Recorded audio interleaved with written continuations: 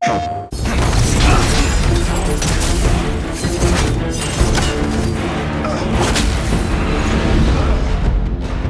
one of the biggest surprises for Valhalla was who invited Kratos, right? Why is Kratos there? He got this mysterious invitation, and when you get to the top of Valhalla, you discover that it's none other than Tyr. The invitation was yours.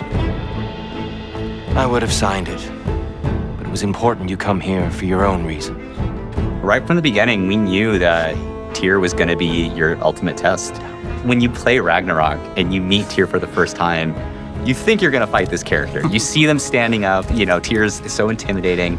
And then, in typical Santa Monica fashion, we change expectations and we subvert them.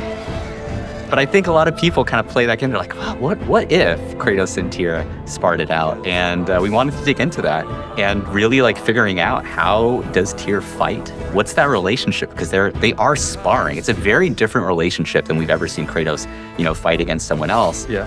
Exactly. And Tyr kind of bringing this almost worldly knowledge from all the places he's visited, right? That was one of the things we really wanted to do with Tyr, to showcase how the history behind him traveling to all these different places, right? So that's why we have these different weapons that he brings out from different locations in the world. Yeah, those intros. Every time I saw the animations for the intros where he's pulling out the different weapon and everything. As soon as that started coming online, we were getting pretty hype about it. If you notice, for folks that have a keen ear, that will hear some slightly different tunes when each weapon is introduced that is kind of tied to the weapon as well. And then his styles of combat change. I think you'll enjoy it, if that's the word.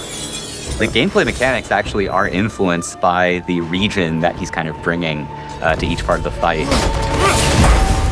We also play around with some mechanics that are a bit different than fights that you would have in the base game. Yeah. And ultimately, it's like two God of Wars going at each other, Exactly. Right? So that's one of the biggest things, is that when you think about the whole franchise, Kratos has only, even though it's called God of War, he's only confronted Ares, another God of War. Not until now has he had an opportunity to go and fight it out with another God of War. Yes, a completely different context, right? Whereas with Ares was about a completely different thing, revenge. Now this is more about personal growth and challenging himself to master himself, to get him to the next step in his life, which is a super exciting way to reframe this epic battle with another God of War, right? That was distinct, but at the same time brings it full circle. Every time you beat him, right, and you press R3, you kind of go up, and you got that moment where the punch gets caught, and then they get to do the arm shake again. That was completely intentional. We wanted to do the reverse of what happened in Ragnarok, where Tyr's helping Kratos up. Now Kratos is the one helping Tyr up. Tyr was definitely a lot of fun to bring to life, and hopefully all of you enjoy fighting them. Arms up!